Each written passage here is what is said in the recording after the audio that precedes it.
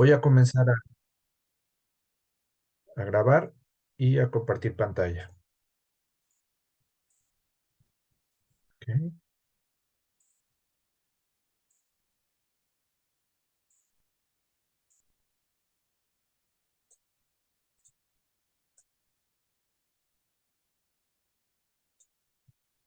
Ok, vamos a ver la parte 5 de este resumen de conceptos y vamos a comenzar con el tema de control como función administrativa. Bueno, un directivo, gerente o jefe altamente efectivo es un profesional que tiene desarrolladas las competencias directivas esenciales, entre ellas es tener conocimientos y habilidad para el control. ¿Qué es el control? El control es la función administrativa que monitorea y evalúa las actividades y los resultados logrados para asegurar que la planeación, la organización y la dirección sean exitosas. Es la fase del proceso administrativo a través de la cual se establecen estándares para evaluar los resultados. Estos estándares son los objetivos, las metas. Se evalúan estos resultados obtenidos con el objeto de corregir desviaciones, si es que hubiera, prevenirlas y mejorar continuamente las operaciones de una institución o de una organización. ¿Para qué sirve controlar? ¿Para qué sirve el control? Bueno, el control evalúa y corrige actividades planeadas con la finalidad de asegurar que los objetivos se cumplan según lo planeado. Existe el control a nivel estratégico, pero también a nivel táctico y operativo. El control también permite identificar desviaciones y a los responsables de las mismas. El control es un auxiliar en la toma de decisiones. ¿Por qué es un auxiliar? Porque genera información para poder tomar decisiones orientadas a asegurarnos de que se cumplan los objetivos y metas de la organización, de la división, área o servicio. El control proporciona información valiosa de las actividades que se están llevando a cabo o bien que se han llevado a cabo. ¿Cuáles son las etapas del control? Bueno, fundamentalmente son 5 etapas. Primero, establecemos estándares, objetivos, metas, indicadores, rangos de desempeño. Después, medimos el resultado, es decir, el desempeño alcanzado o logrado. Comparamos los resultados versus las metas o estándares. Si hay desviaciones, emprendemos acciones correctivas. Y, en ese sentido, retroalimentamos el sistema o el control mismo. ¿Cuáles son los tipos de control que existen? Fundamentalmente existen 3 tipos. Lo que se denomina el control preliminar es un tipo de control que se realiza antes de que inicien las actividades. Cuando se efectúa el control preliminar, los datos obtenidos permiten anticiparse a los eventos y tomar medidas para asegurarse de que la operación, los procesos, se llevarán a cabo según lo planeado. Otro tipo de control es el que se denomina concurrente. Este tiene lugar en el momento en que se llevan a cabo las actividades, es decir, las actividades que se están realizando se supervisan con la finalidad de que se cumplan con ciertos criterios o estándares establecidos. Si se presentan desviaciones durante la supervisión, durante la operación misma, pues las acciones correctivas se realizan en ese momento. Y por último tenemos los controles finales o de retroalimentación. Estos se llevan a cabo una vez terminadas las actividades, se miden los resultados obtenidos con los estándares establecidos y si las metas se cumplieron, es momento de orientarse hacia el mejoramiento continuo, es decir, ser más competitivos. En caso contrario, si hay un incumplimiento, hay que analizar la situación y establecer acciones correctivas y o preventivas.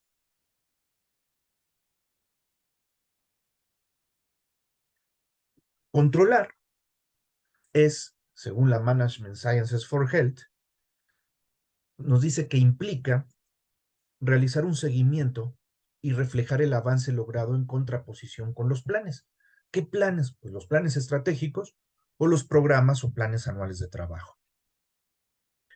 También implica proporcionar retroalimentación sobre las acciones a seguir para conseguir los resultados. ¿Cuáles resultados? Pues los objetivos y metas que se han plasmado en los planes estratégicos, en el plan estratégico o en los planes anuales de trabajo. Nos permite identificar, implica identificar qué cambios son necesarios para realizar en la operación y en los planes de acción, en los planes que tenemos. En muchas ocasiones, si hay desviaciones, habrá que ajustar los planes.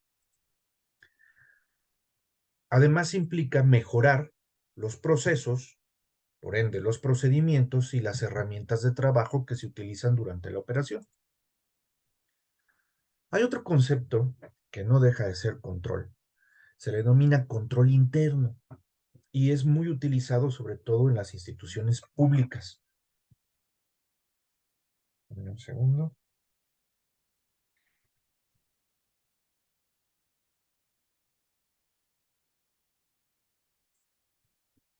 Lourdes Munch nos dice que el control interno es el conjunto de políticas y procedimientos establecidos para lograr los objetivos de una organización o institución con una seguridad razonable, es decir, con, con cierto nivel de certeza. ¿Qué ventajas tiene el control interno? Bueno, por un lado nos permite disminuir los desperdicios, es decir, eh, los retrabajos, las demoras, las inspecciones innecesarias, eh, cualquier cosa que no agregue valor a, al producto o servicio que estamos ofreciendo a nuestros usuarios o derechohabientes o pacientes. Nos permite también el aprovechamiento del tiempo y el establecimiento de políticas de operación adecuadas. Gracias al control, podemos saber si hacen falta ciertas políticas en la operación. Nos permite comprobar la exactitud de la información. También nos permite establecer acciones de protección contra los riesgos, los impactos o pérdidas asociados a estos. El control interno está muy asociado a la administración de riesgos. ¿Y qué es un riesgo? Cualquier evento o situación que pueda poner en riesgo la operación, la seguridad del paciente o el cumplimiento de la misión o visión de la organización o del área, servicio o división. Ayuda a alcanzar metas y a cumplir los objetivos institucionales. Y además nos permite, facilita el cumplimiento de las leyes y regulaciones a las que están sujetas las instituciones de salud.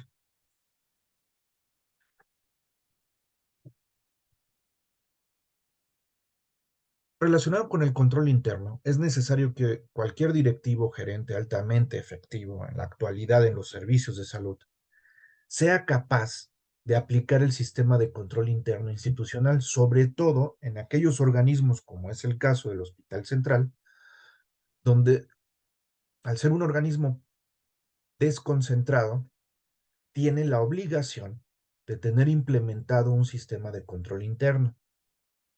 Los directivos o gerentes deben de conocerlo y ser capaces de aplicarlo para asegurar el seguimiento y cumplimiento oportuno de los objetivos institucionales. ¿En qué ayuda contar con un sistema de control interno institucional? Bueno, nos permite identificar los procesos prioritarios, cumplir razonablemente con los objetivos institucionales, ya que identifica y detecta de manera preventiva los posibles riesgos inherentes a los procesos, es decir, aquellas situaciones, eventos que pudieran impactar de manera negativa en el cumplimiento de los objetivos y metas. Permite obtener información para corregir posibles desviaciones, desajustes de los objetivos y metas planeados, implementando acciones de control necesarias que permitan asegurar el cumplimiento de estos objetivos. ¿Qué son las acciones de control? Cualquier acción que me permita como tal controlar una situación o prevenir una situación potencialmente negativa o riesgosa para el cumplimiento de los objetivos, eso se podría denominar una acción de control. ¿Cómo se materializa la ejecución del sistema de control interno institucional? Bueno, su ejecución se materializa a través de los siguientes elementos. Tenemos que tener un programa de trabajo de control interno. Tenemos que tener un programa de administración de riesgos. Y tenemos que dar seguimiento a estos programas evidenciando en los reportes de avance trimestrales que se entregan a la Contraloría que hemos tenido un avance o que estamos madurando o mejorando nuestro sistema de control interno. Estos elementos además permiten verificar el cumplimiento o incumplimiento de los objetivos institucionales y evaluar el desempeño en materia de gestión. Hay por ley asociado a algo que se denomina Comité de Control y Desempeño Institucional. ¿Qué es el Comité de Control y Desempeño Institucional?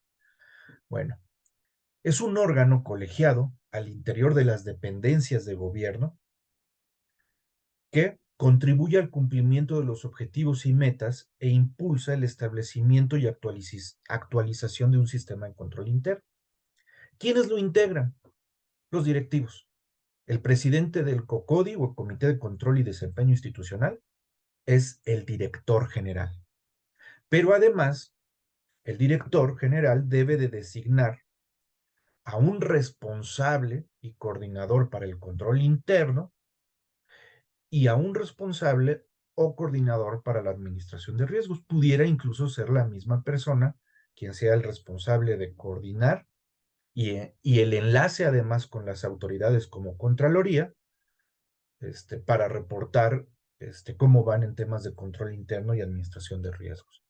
Además existen vocales, que son otros directivos o jefes de división, que participan en el análisis, detección, seguimiento, administración de los riesgos, así como en la definición y establecimiento de soluciones propuestas a temas relevantes o riesgos potenciales para la institución. Obviamente, como todo comité, necesita tener acuerdos, necesita tener evidencia de que hay una ejecución de un calendario de sesiones en donde fundamentalmente lo que se va a tratar es eh, cómo van los riesgos institucionales, se han materializado, ¿no? ¿Qué acciones se están emprendiendo para mitigar su impacto, prevenirlos o controlarlos? ¿Y cómo va el tema del control interno? Es decir, ¿qué acciones de control se están implementando para asegurar el cumplimiento de los objetivos, metas de la organización? Además, relacionado con el control, un directivo, gerente o jefe debe de ser capaz de diseñar y aplicar en la operación controles de incidencias y controles operativos, sobre todo cuando su nivel de mando es medio de supervisión. ¿Qué es un control de incidencias? Es un tipo de control de retroalimentación.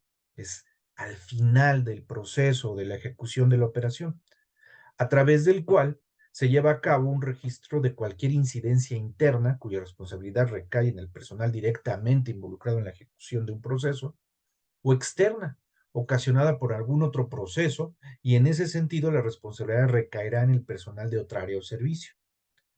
Sirve para identificar con precisión qué factores o aspectos internos o externos afectan el desempeño del personal y o los resultados del proceso. Gracias a los controles de incidencias, podemos evidenciar que los resultados negativos son consecuencia de aspectos o factores específicos y cuyos responsables deben hacer algo para no seguir afectando los resultados del proceso y por ende del área o servicio. Los controles operativos se implementan para monitorear las actividades clave o críticas de un proceso. son muy específicos y se hacen con la finalidad de llevar un registro de las desviaciones y así determinar cómo afecta el nivel de desempeño del proceso. Este tipo de controles operativos pueden ser antes, durante o al finalizar el proceso. Los controles de incidencias pueden estar orientados a controlar los factores externos e internos, mientras que los controles operativos únicamente reflejarán factores o aspectos internos muy específicos dentro de la operación y que se desea controlar para mejorar el resultado de un proceso. Tanto los controles de incidencias como los controles operativos son herramientas de gestión de procesos que permiten incluso negociar con otras áreas o servicios con la finalidad de trabajar de manera coordinada para alcanzar las metas y cumplir los objetivos. Peter Drucker, considerado el padre de la administración moderna, solía decir lo siguiente: lo que no se mide no se controla, lo que no se controla no se puede mejorar. El control en este sentido es una actividad fundamental, una función fundamental de la administración. Medición, control y seguimiento están estrechamente relacionados y posibilitan la mejora continua de los procesos a través de los cuales se proporcionan o brindan los servicios de salud a los usuarios, pacientes o derechohabientes. Relacionado con el control, tenemos un concepto que revisamos en su momento y que se denomina pensamiento esbelto, también denominado Lean Healthcare. En ese sentido, ustedes deben de, como directivos o gerentes, deben de ser capaces de aplicar dicho pensamiento para eliminar los desperdicios y actividades que no agregan valor, aumentar el valor de cada actividad realizada en el proceso, lo que deriva a su vez en un incremento en la calidad y productividad del mismo, incrementar las posibilidades de satisfacer las necesidades y expectativas de los clientes, es decir, de los pacientes usuarios, y reducir la variabilidad de los procesos para que sus resultados sean más consistentes y de mejor calidad.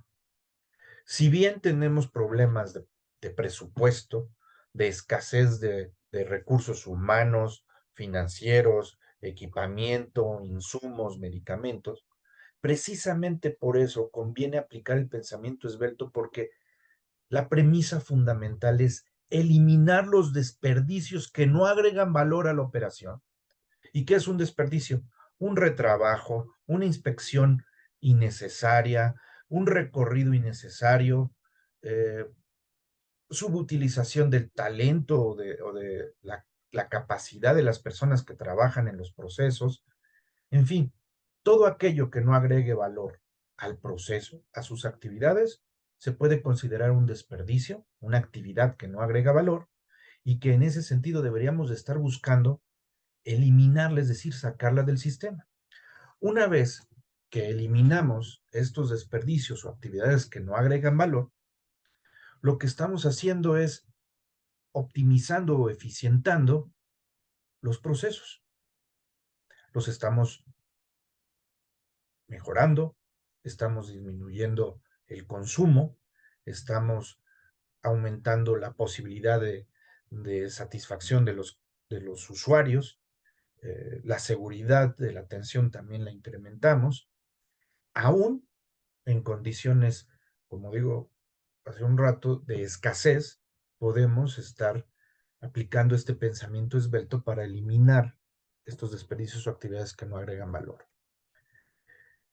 Una forma de hacerlo es aplicando las reglas de oro de la gerencia itinerante, que nos dice: cuando surja un problema, vaya primero al Gemba. ¿Qué significa Gemba? Gemba es una palabra japonesa que significa lugar donde sucede la acción o lugar donde suceden las cosas. ¿En dónde suceden las cosas? En la operación, en donde se está atendiendo a los pacientes, en donde se están realizando las actividades. Normalmente, los gerentes se aíslan un poco, se van a sus oficinas o a sus áreas de trabajo realizan mucho trabajo administrativo y hacen poca supervisión o recorrido sobre el YEMBA, es decir, el lugar donde sucede la operación. Cuando surge un problema, lo conveniente es ir al YEMBA, verificar los objetos relevantes, tomar medidas preventivas temporales en el terreno, es decir, donde suceden las cosas, encontrar la causa fundamental, tratar de analizar rápidamente lo que está sucediendo para identificar posibles causas raíz o causas fundamentales. Estandarizar para evitar la reaparición del problema o de la causa que está generando un problema y por tanto un resultado negativo en la operación o en la atención. Y hay ciertas recomendaciones para hacer la caminata sobre el YEMBA o la gerencia itinerante. Número uno, elige un tema. No se trata de ir a ver qué encuentras. Elige un tema.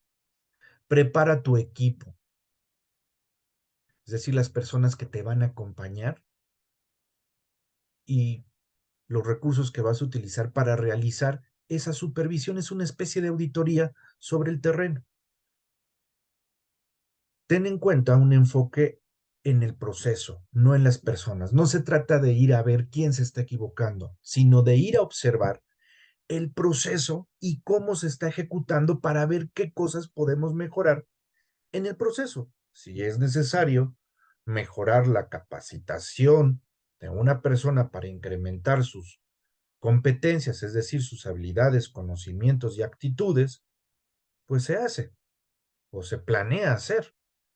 Pero también pueden identificarse durante un recorrido o una gerencia itinerante actividades o causas u obstáculos en la operación que podríamos estar eliminando previo análisis una vez que identificamos estos durante el recorrido.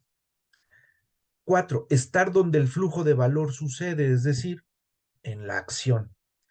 Registrar lo que se observa. Lleva un par de ojos extra. Significa, por lo menos ve acompañado de una persona para que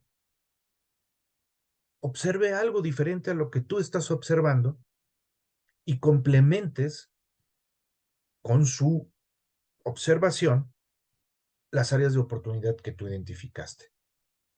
Y sigue haciéndolo para tratar de mejorar durante el recorrido, para identificar básicamente, identificar áreas de oportunidad y después analizarlas para mejorar la operación. Eso es lo que se trata, que se vuelva una costumbre el estar haciendo recorridos o gerencia itinerante. Otra cosa que se debe de hacer es aplicar técnicas de administración y control visual. Se denominan andon, es otra vez una palabra japonesa. Y fundamentalmente el andon o administración visual busca incorporar mecanismos cuya finalidad primordial consiste en comunicar información a simple vista, sin necesidad de la intervención verbal, además de que se pretende que dicha información facilite la toma de decisiones y acciones para corregir o mejorar los resultados de un proceso. El andón no solamente puede ser utilizado, los controles visuales no solamente pueden ser utilizados por el personal, sino también por los pacientes, usuarios o derechohabientes. En las imágenes que se ven aquí, vemos, por ejemplo, tres colores con tres líneas en una puerta. Una me indica que va hacia quirófanos, otro me indica que va hacia laboratorios, otro me indica que va hacia consulta externa y lo que tengo que hacer es seguir el camino para llegar a esa área, a ese lugar donde voy a continuar la atención o donde necesito ir para solicitar algo y continuar la atención de un paciente. Del otro lado vemos un tablero donde de manera visual podemos administrar el trabajo, bien puede ser cirugías, bien pueden ser consultas, bien pueden ser pacientes atendidos en un área e ir viendo cuál es el estatus de esto. Se trata de diseñar como lo indiqué hace un momento, mecanismos que comuniquen información a simple vista, que permitan el control y la interacción sin necesidad de una intervención verbal o incluso una interacción física entre las personas, porque gracias a estos controles visuales podemos comunicar información de manera efectiva. Nuevamente, como había comentado, hay vínculos a, a materiales, por ejemplo, aquí, donde se habla de la gerencia itinerante, donde tiene su origen, cuál es el concepto y el paso a paso de los tips o recomendaciones para tener una gerencia itinerante realmente efectiva. Y cómo además este concepto que originalmente surge en las plantas de Toyota a mediados del siglo pasado, se aplica ya con éxito en los servicios de salud desde hace 4 o 5 años y se les llama rondas de seguridad, muy enfocadas a mejorar la seguridad en la atención de un paciente, a disminuir los eventos adversos que tanto nos cuestan en las instituciones de salud. Al igual que aquí, van a poder ver que hay algunos vínculos que los van a llevar a algunas presentaciones donde van a ver el detalle de lo que estuvimos viendo en su momento, mucho más información,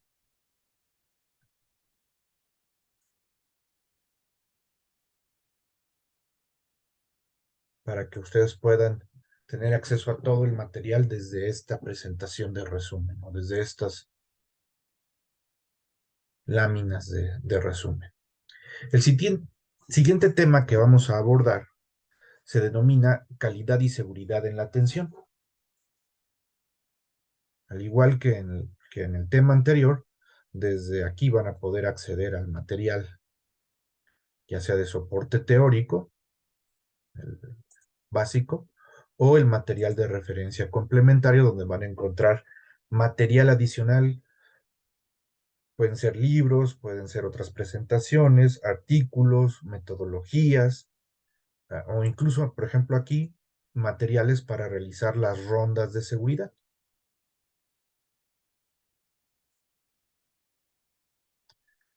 Veamos. Un directivo, gerente o jefe altamente efectivo en los servicios de salud es un profesional que tiene desarrollado las competencias directivas esenciales, entre las cuales se encuentra tener conocimientos y habilidad para la gestión de la calidad y la seguridad. ¿Qué es la calidad en la atención? La calidad, según el doctor Avedis Donavendia, considerado el padre de la calidad en la atención de la salud, nos dice que es una propiedad que la atención médica puede poseer en grados variables. La calidad de un servicio se juzga como un todo sin disociar sus componentes. Prevalece la impresión de conjunto y no el éxito relativo de una u otra acción. En este sentido, la calidad es la percepción que tiene un usuario, un paciente, sus familiares, sobre la atención brindada a lo largo de toda la cadena de valor, desde que llega el paciente hasta que es dado de alta o egresa de la institución. ¿Qué es seguridad del paciente? Según la Organización Mundial de la Salud, la seguridad del paciente es la reducción del riesgo de daño asociado a la asistencia sanitaria, es decir, a la propia atención, a un mínimo aceptable. ¿Por qué? Porque se entiende que errar es de humanos y que es posible que cometamos errores que puedan afectar al paciente, pero lo que hay que tener cuidado es de que estos eventos no sucedan y que en caso de que sucedan, el daño sea mínimo. Y eso solo lo logramos reduciendo y controlando o mitigando los riesgos. asociados a la atención. Don Abedian pensaba lo siguiente en torno a la problemática de evaluar la calidad de los servicios de salud. Él decía, necesitamos información detallada sobre las relaciones causales, es decir, causa-efecto, entre las cualidades o características estructurales, que son los insumos, entre los cuales está el propio personal de la salud y sus conocimientos, sus competencias, de los lugares en donde se produce la asistencia, los procesos de la asistencia y los resultados de la misma. Es decir, insumos, procesos y resultados de la atención. Un directivo gerente, al comprender esto, va a conocer también cómo se integra el modelo de seguridad del paciente del Consejo de Salubridad General. De hecho, como directivo, gerente o jefe de división deberían de conocer los estándares que en México y que además están homologados internacionalmente con la Young Commission,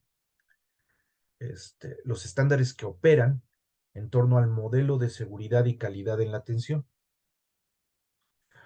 Los estándares para implementar el modelo los van a poder acceder desde esta lámina. Dale clic aquí. Son emitidos por el Consejo de Salubridad General y son una serie de objetivos, eh, elementos medibles, estándares que están organizados en 15 apartados, 5 bloques de la siguiente manera. Por un lado, tenemos la mejora de la calidad y seguridad del paciente, al centro. Por eso está al centro. Tenemos los sistemas críticos para la seguridad del paciente, manejo y uso de medicamentos, prevención y control de infecciones, gestión y seguridad de las instalaciones, las competencias y capacitación del personal, que es muy importante. Tenemos, por otro lado, la gestión de la organización, donde está la gestión de la comunicación y la información hacia dentro de la institución y hacia afuera también. El gobierno, el liderazgo y la dirección, que son los procesos de gobierno de una institución.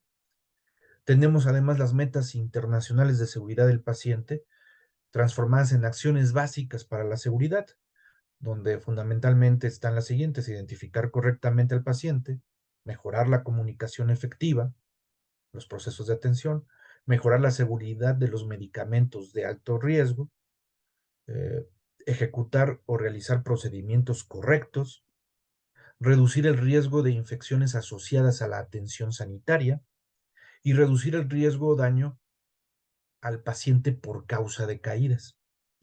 Y por último, tenemos la atención centrada en el paciente, donde tenemos estándares orientados a brindar acceso y continuidad en la atención, estándares orientados a asegurar los derechos del paciente y de su familia, estándares orientados a la evaluación de los pacientes, a los servicios auxiliares de diagnóstico, a la atención de los pacientes propiamente dicho, a la anestesia y atención quirúrgica y a la educación al paciente y a su familia. Cada apartado o capítulo está integrado por áreas de enfoque, las cuales son agrupaciones de estándares. Las áreas de enfoque agrupan estándares relacionados entre sí. A su vez, cada estándar está conformado por un título, un propósito del estándar y elementos medibles, es decir, lo que nos van a verificar cuando estemos en un proceso de certificación. Conocer y aplicar este modelo es o permite que el directivo sea capaz de implementarlo en un periodo de tiempo determinado. Hay que madurar la institución y los procesos y la propia administración para, al implementarlo, tratar de obtener una certificación, la certificación de la calidad. Lo que la certificación en esencia promueve, lo que la certificación, valga la redundancia, certifica, es que existe una cultura de seguridad del paciente en la institución, en la unidad, e implica que los miembros de una institución de salud tengan el compromiso de aprender y compartir valores que permitan detectar y aprender de los errores y la adopción perdurable de compromisos para evitarlo. Lo que se busca es que pensemos de manera diferente y cuidemos a nuestros pacientes tratando de brindar con lo que tenemos la mejor atención posible, lo que significaría calidad y una atención segura, es decir, disminuir al mínimo la probabilidad de riesgo de daño asociado a la atención. En este sentido, como tal, se busca reducir la probabilidad de eventos adversos resultante de la exposición al sistema de atención médica a lo largo de enfermedades y procedimientos. Y tenemos tres tipos de eventos: el evento centinela, el evento adverso y la cuasi falla. Desde aquí van a poder acceder a más detalle, por ejemplo, sobre cómo se integra el, los estándares del Consejo,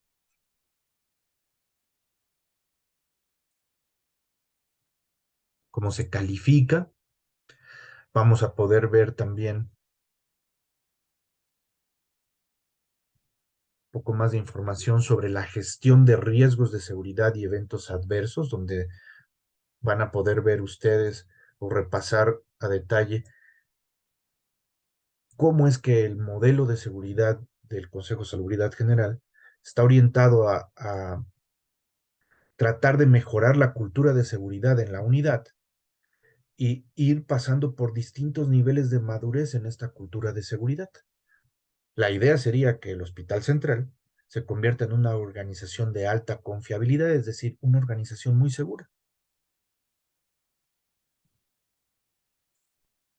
Para ello, se aplican herramientas básicas para la mejora de la calidad, que en su momento las vimos, las 7 herramientas básicas para la mejora de la calidad, desde aquí pueden accederlo. Una de las herramientas, aunque no es básica para la calidad, sí es fundamental para tratar de identificar áreas de oportunidad en torno a la probabilidad de que sucedan eventos adversos o fallas en los procesos que pongan en riesgo la seguridad del paciente. Y esa herramienta se le denomina análisis de modo de efecto, de modo y efecto de fallo. Hay incluso, desde aquí van a tener acceso a esta carpeta al darle clic, una guía preparada por el Consejo de Salubridad General, donde se explica paso a paso cómo, cómo aplicar, cómo desarrollar el análisis de modo y efecto de falla en los procesos de atención para tratar de identificar riesgos o probabilidad de eventos adversos e implementar barreras de seguridad, es decir, acciones que mitiguen o que disminuyan la probabilidad de que esto suceda. Desde aquí también pueden ustedes acceder al formato que incluso el Consejo sugiere o pide que se lleve. Es el formato que incluso en el documento hace referencia. Y básicamente lo que nos hace este archivo es el cálculo para priorizar sobre qué efectos, probabilidades de falla nos vamos a enfocar para implementar acciones concretas de mejora.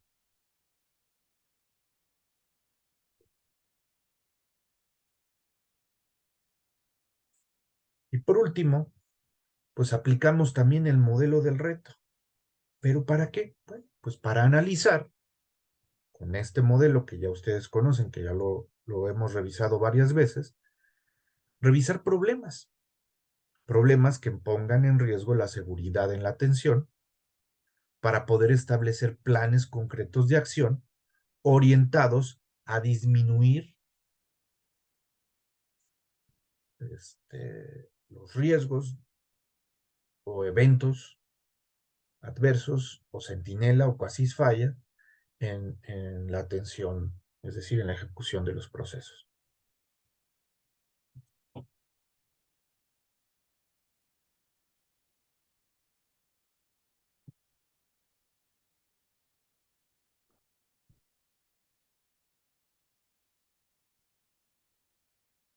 Martín, ¿estás ahí?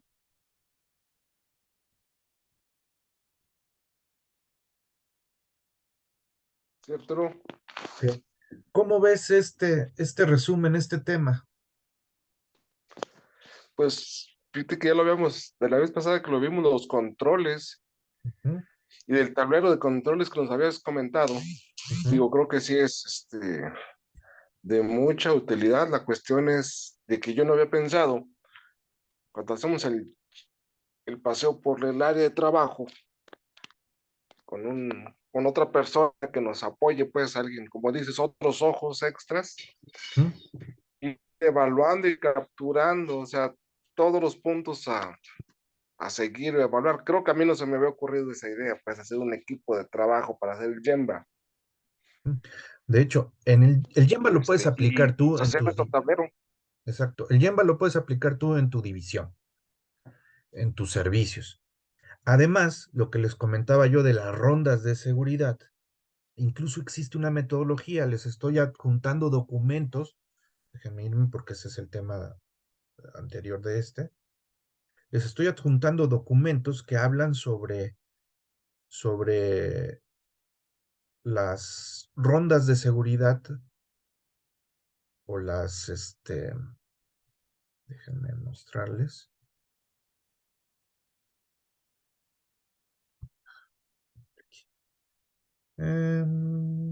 Control.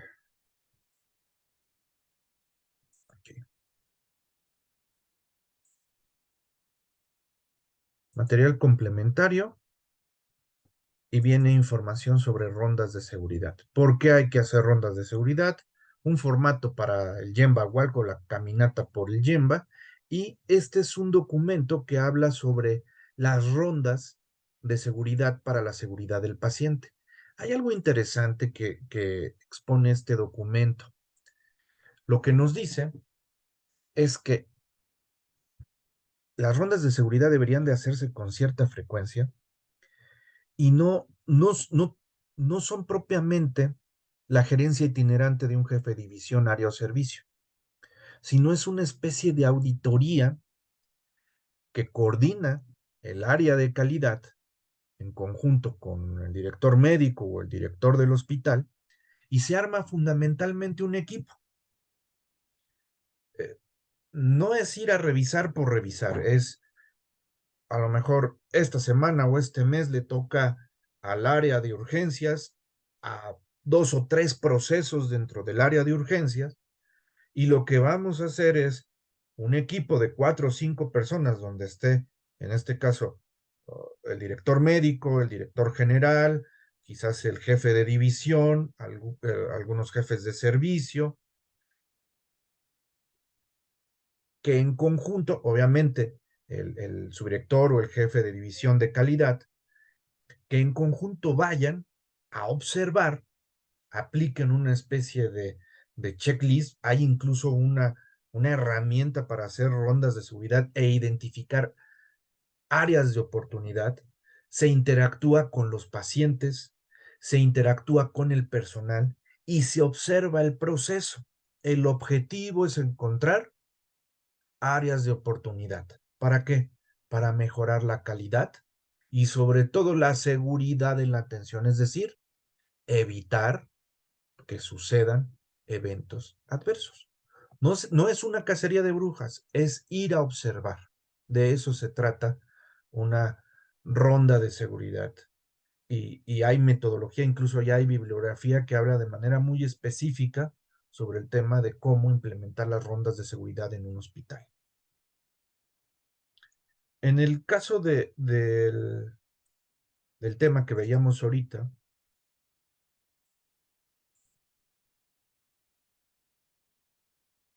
sobre los estándares,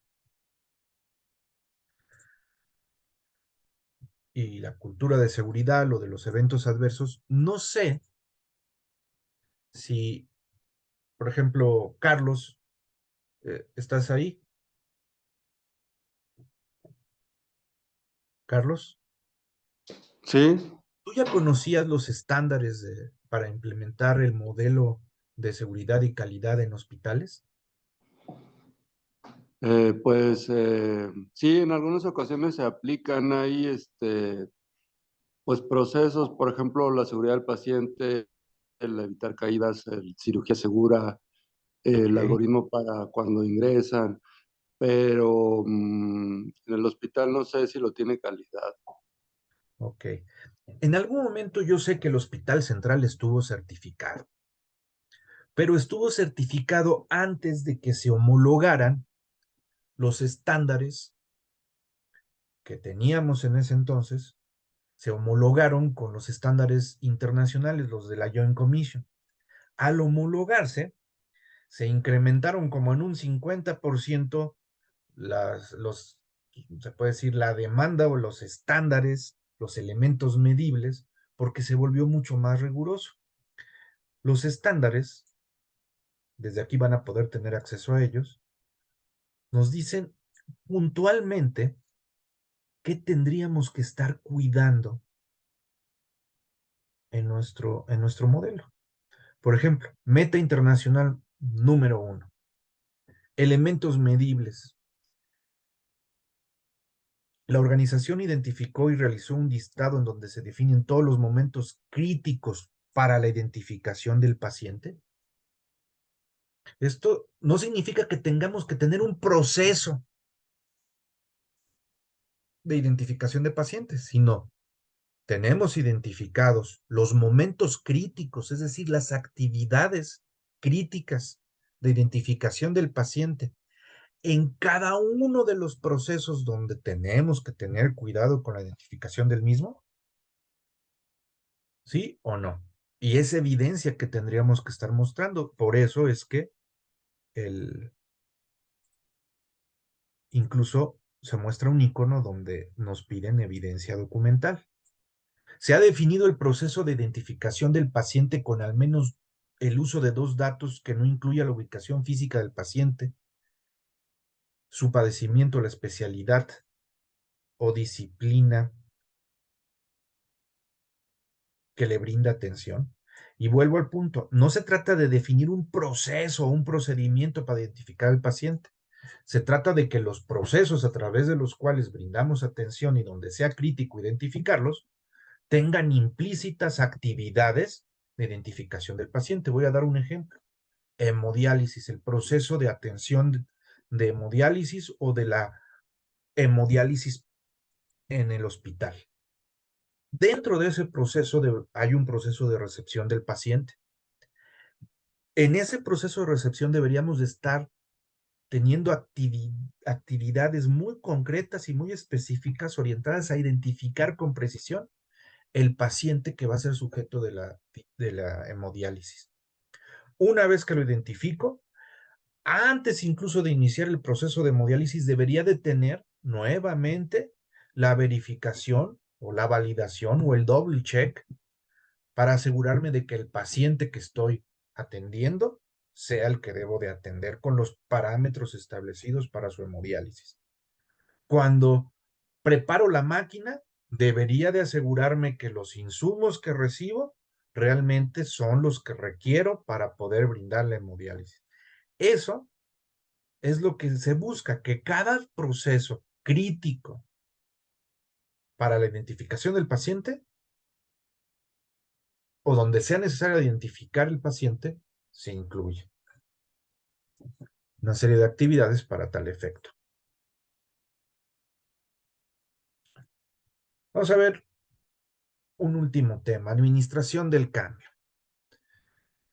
Desde aquí nuevamente van a poder acceder a dos carpetas, ya sea la carpeta de material básico o la carpeta de material complementario de referencia, donde van a encontrar, insisto, artículos, resúmenes de libro, material adicional sobre el concepto de administración del cambio, sobre la competencia de administración del cambio. Bueno, Cuando tenemos esta competencia, tenemos conocimientos y habilidad para administrar el cambio. ¿Qué significa? ¿Qué es la administración del cambio? También denominada administración, gestión o gerencia del cambio, es una técnica con un enfoque holístico que se utiliza para implementar cambios de gran escala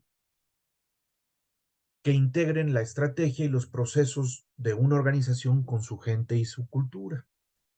Dice ahí entre paréntesis relativo. ¿Por qué? Porque a veces puedo requerir administrar el cambio, no para un cambio a gran escala. A veces un simple pequeño cambio en un proceso genera complicaciones, genera resistencia y necesito administrar el cambio.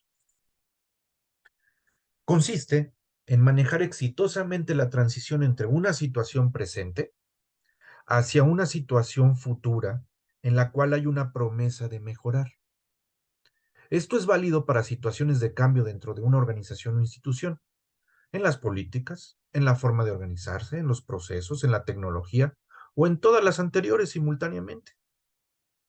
¿Qué implica el cambio? El cambio no solo se trata de transformar documentos o procesos. Lo más complejo es modificar actitudes, es decir, el comportamiento del personal que labora en las instituciones de salud. Aquí hay un concepto. Situación actual, donde identificamos la necesidad de cambiar porque no estamos logrando resultados y por tanto tenemos que descongelar, es decir, mover de la zona de confort a las personas que están ahí. Hay un cambio, hay cierta resistencia, hay que manejarlo y una vez que logramos controlar y disminuir la resistencia e incluso logramos afianzar el cambio, transformar en regla general un nuevo comportamiento, logramos que se apeguen a un nuevo proceso o que realicen una nueva actividad dentro del proceso o que modifiquen una actividad dentro del proceso, lo que tenemos que hacer es recongelar, hacer que la gente se sienta cómoda en esta nueva forma de hacer las cosas. Entonces tenemos una diferencia entre una situación inicial y una situación objetiva. Y tiene que ver con la cultura organizacional porque si no hay un buen clima laboral y si no hay valores firmes y si no hay liderazgo, va a ser muy difícil implementar cambios porque la cultura no nos lo va a permitir. Y menos aún si no tenemos una metodología que nos permita administrar la resistencia al cambio, disminuirla, controlarla, para lograr mejoras en la institución o lograr los cambios que necesitamos implementar para mejorar la situación actual. ¿Qué es la resistencia al cambio? Los expertos en comportamiento organizacional consideran que cualquier cambio genera una reacción contraria, como si fuera una parte inherente al proceso de evolución organizativa. Así, el grado de resistencia al cambio depende de la información de que se disponga. ¿Para qué utilizamos la administración del cambio entonces? Bueno, pues la vamos a utilizar para implementar proyectos de mejora. Implementar es hacer realidad lo que hemos venido desarrollando a lo largo de todo un proyecto. Es hacer que las cosas sucedan. Es también estar listos para el manejo de contingencias que pudieran presentarse cuando se comience a utilizar la solución desarrollada, la propuesta de solución, el cambio que requerimos implementar. Típicamente una solución, sea cual fuere, al pasar por un proceso de implementación, pasa por 3 niveles o fases de implementación. La fase mecánica, donde las personas hacen las cosas más por temor o por exigencia de los jefes. Es una fase mecánica porque literal parecen robots, no comprenden el por qué están haciendo las cosas. Y ahí tenemos que dar acompañamiento. Con el acompañamiento, con el refuerzo positivo, con la administración del cambio, con la reducción de la resistencia, vamos gradualmente a pasar a una fase de comprensión. Es cuando la gente empieza a decir, ah, ya entendí por qué este cambio. Empieza a ver algunas ventajas y empieza a comprenderlo. Aún así necesitamos seguir con el acompañamiento, con el seguimiento, con la retroalimentación, decirle si lo está haciendo bien o si debe de modificar para alinearse a lo que realmente queremos. Gradualmente va a llegar a una fase de utilización. Es ahí cuando podemos dejar de dar seguimiento, de acompañar. Si soltamos la implementación antes de llegar a la fase de utilización donde prácticamente están en una nueva zona de confort, es el equivalente al cubo que veíamos de recongelar. Si soltamos la implementación antes de llegar a esa fase, van a regresar al punto cero o menos cero. Todo cambio en una organización ocasionará que se muevan zonas de confort. De ahí que es natural que surja resistencia al cambio e incluso conflictos. Por lo tanto, será necesario diseñar una estrategia para prever las posibles resistencias o conflictos y manejarlos para mitigar su impacto negativo en el proceso de implementación. John Kotter nos dice que liderar es establecer la dirección, conseguir el compromiso e inspirar y energizar a las personas para producir cambios, a menudo drásticos. Los estamos moviendo de su zona de confort. Existen diversas metodologías para la administración del cambio. Una de las más utilizadas es la propuesta por John Kotter, que fundamentalmente consiste en 8 pasos. Paso número 1, crear un sentido de urgencia para motivar el cambio.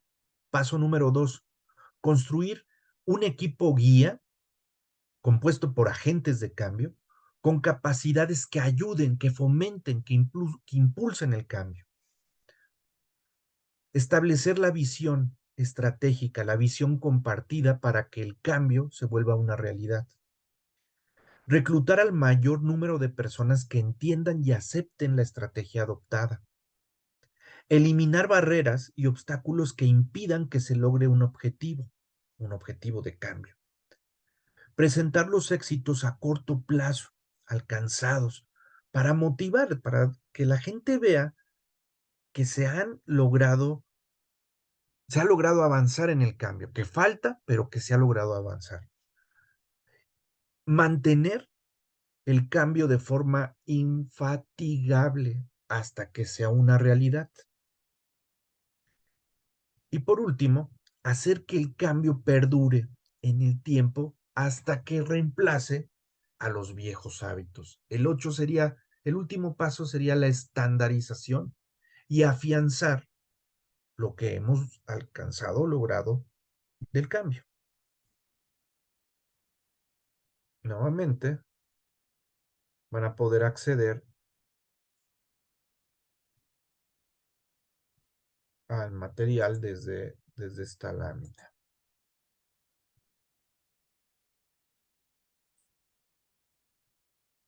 Está el detalle de lo que les estaba comentando. E incluso más información sobre cada una de estas etapas.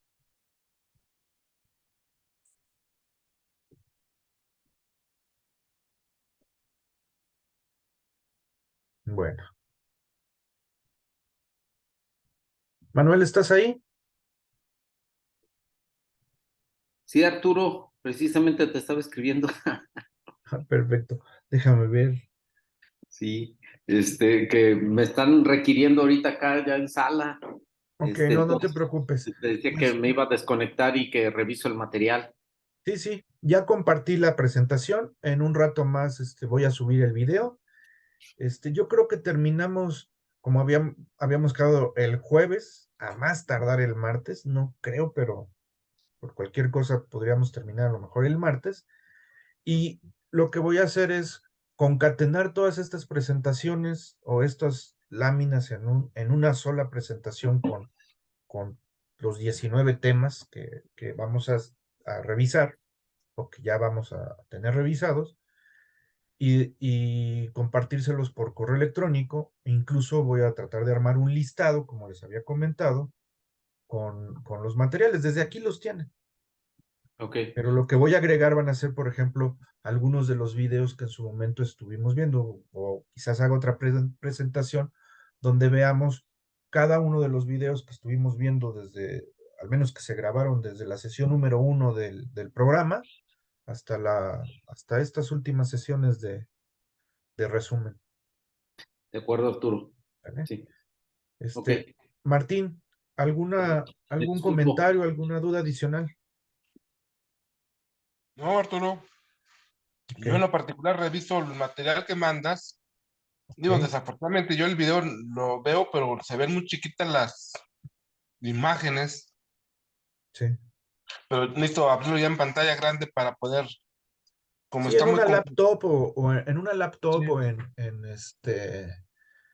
o en una computadora personal, yo creo que ya lo puedes ver sin problemas. sí, Obviamente en el sí, sin celular problema. va a ser complicado, Yo pero por trato eso de les estoy resguardar. compartiendo la presentación también. Sí, está bien. Sí, yo resguardo esa información, mejor me la mando al correo y ahí la reviso. Vale. Y pues seguimos en contacto. Nos vemos el próximo jueves. Por Sí, hoy Arturo. vamos a dejarlo para que puedan reintegrarse ya a sus actividades. Carlos, muchas gracias por la asistencia. Gracias, Arturo, buen día. Hasta luego, buen día. Sí, buen día y muchas gracias. Hasta luego. Hasta luego.